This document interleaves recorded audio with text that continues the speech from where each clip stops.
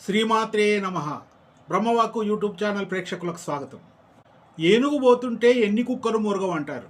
ఎవరిని ఏమనకుండా వెళ్తున్నటువంటి ఏనుగును చూసి దారిన పోయే కుక్కలన్నీ మురుగుతూ ఉంటాయి. అలాగే గొప్పవారిని చూసి ఒక్కొక్కరు ఒక్కొక్క రకంగా అనుకుంటూ ఉంటారు. సముద్ర తీరానికి తల్లిదండ్రులతో కలిసి ఒక పిల్లవాడు వెళ్ళాడట. తీరంలో బంతితో ఆడుకుంటున్నాడు. అది వెళ్ళి నీళ్లకు దగ్గరలో పడింది.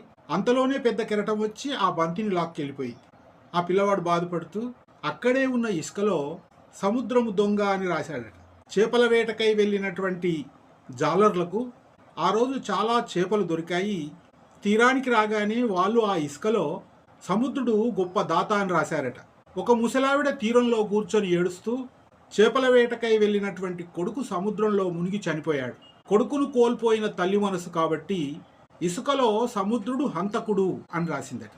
ఒక వ్యక్తి సముద్ర తీరంలో నడుచుకుంటూ వెళ్తుంటే ఒక ముత్యం దొరికిందట.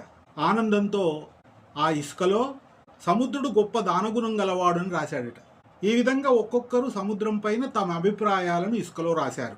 అంతలోనే ఒక పెద్ద కెరటము తీరానికి వచ్చి వీరు రాసినటువంటి రాతలన్నీ కూడా తుడిపేసుకొని వెళ్ళిపోయిందట. అంటే సముద్రమేమీ మారలేదు, మనుషుల యొక్క అభిప్రాయాలు మారాయి. అందుకే ఎవరు మనల్ని తిట్టినా, అవమానించినా, పొగిడినా మన విలువ తగ్గదు. అందుకే సముద్రుడిలా ఉండాలని చెబుతారు. ఏనుగు పోతుంటే ఎన్ని కుక్కలు మురుగయి అంటారు కదా. అలాగే లోకులు పలుగాకులు. తమకు నచ్చినవాడు పొగుడుతాడు, అభిమానిస్తాడు. నచ్చనివాడు తిడతాడు, అవమానిస్తాడు.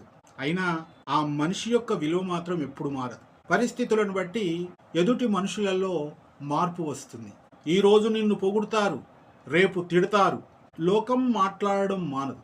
సముద్రంలా ఎవరి మాటలను పట్టించుకోకూడదు. భగవద్గీతలో శ్రీకృష్ణ పరమాత్మ చెప్తాడు కదా, స్థితప్రజ్ఞుడుగా ఉండాలి. పొగడ్తలతో విర్రవీగకూడదు, విమర్శలతో కుంగిపోకూడదు. ఉన్ననాడు లేనినాడు ఒకే విధంగా ఉండాలి. వాళ్ళే స్థితప్రజ్ఞులు. లోకా సమస్త సుఖినో భవంతు.